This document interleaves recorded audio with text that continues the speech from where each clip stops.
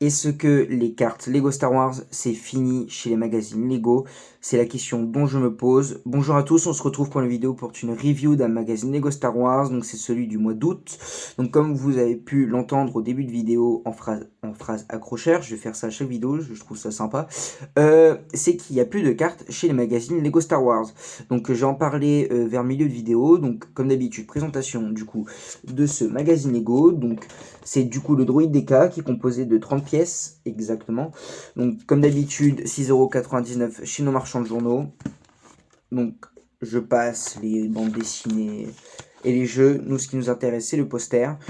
Donc ici nous avons un poster avec du coup tiré de la série Boba Fett. On peut l'apercevoir Gingerine, Boba Fett et un Rancor. Je sais plus le nom, si c'est le nom de l'espèce, mais je crois c'est... En tout cas vous m'avez compris quand j'ai le Rancor. Avec marqué ici Terreur à Mos Espa, pardon. Donc voilà, donc c'est tiré de la série Boba Fett. C'est assez sympa. Puis derrière, nous avons le protagoniste de ce magazine, qui est du coup le droïde DK. Cette scène est tirée du coup de Star Wars 1. Il est composé de 3 droïdes DK, donc 2 ici en roulade et un qui est déployé avec son bouclier et ses lasers. Hop, juste, j'avais un petit truc sur l'écran. Du coup, après, bon, comme d'habitude, hein, l'abonnement que j'ai pris.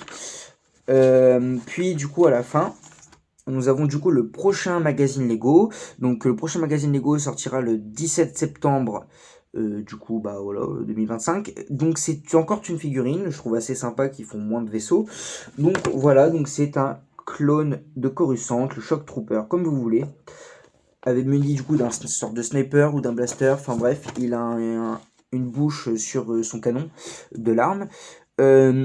On peut apercevoir aussi du coup dans le prochain magazine qu'il n'y a plus du coup l'encoche de la carte comme ici par exemple. Donc, comme j'ai dit au début de vidéo, est-ce que Lego et les cartes dans les magazines Lego Star Wars, c'est fini?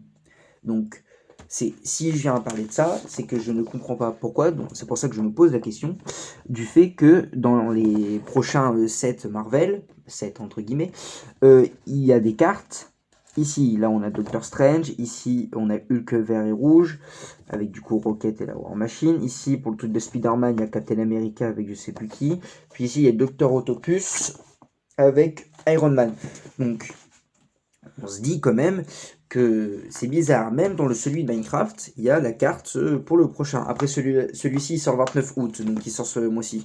Donc, la question dont je me pose est, est-ce que les cartes Lego Star Wars, c'est fini? Bah, j'ai l'impression, étant donné que déjà dans celui-ci, il n'y en a plus, et surtout que dans le prochain, il y a juste la figurine.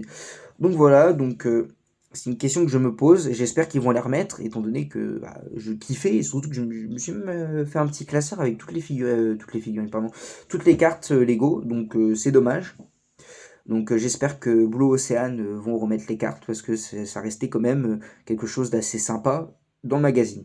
Du coup, par rapport à la prochaine figurine, c'est une figurine qu'on a déjà eue cette année, vers le mois de mars, ou l'année dernière, je sais plus, ça reste un plus, mais j'aurais préféré un autre clone, je sais pas, par exemple, un clone phase 1 classique, ou un clone phase 2, pardon, c'était celui-là que je voulais plutôt dire, ou un clone de la 212, mais pour moi, mon cœur il reste fermé, c'est la 327, du coup, celui qui sont sortis là avec les unités de Bly, ça, pourquoi pas, si on, comme ils mettent un clone, autant mettre un truc qu'ils ont pas mis, mais là, bon, tant pis, c'en est un de plus, mais ça reste quand même pas mal pour la collection.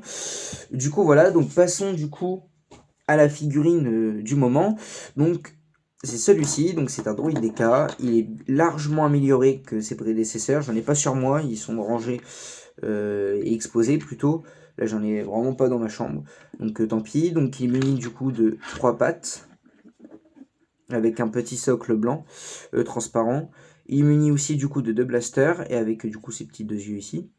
On peut le voir largement l'amélioration de ses prédécesseurs.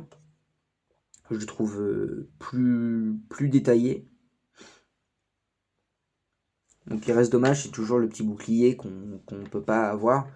De mettre juste une petite bulle voilà, pour faire bouclier bleu, ça serait franchement sympa un jour de le faire. Parce que le but déjà c'est qu'il a un bouclier et surtout qu'il tire à travers le bouclier. Enfin bref. Je trouve assez sympa le Druid DK. Est-ce qu'il vaut vraiment-il le coup de l'acheter? Je pense que oui. Il n'y a pas beaucoup de sets de Druid DK, hormis le set 18+, et les petits Battle Pack de l'époque. Enfin, Battle Pack, les clones de la 104, c'était pas un Battle Pack. Mais le petit Battle Pack avec le clone Sergent sur Geonosis. Puis c'est les seuls Druid DK dont j'ai en tête en 7.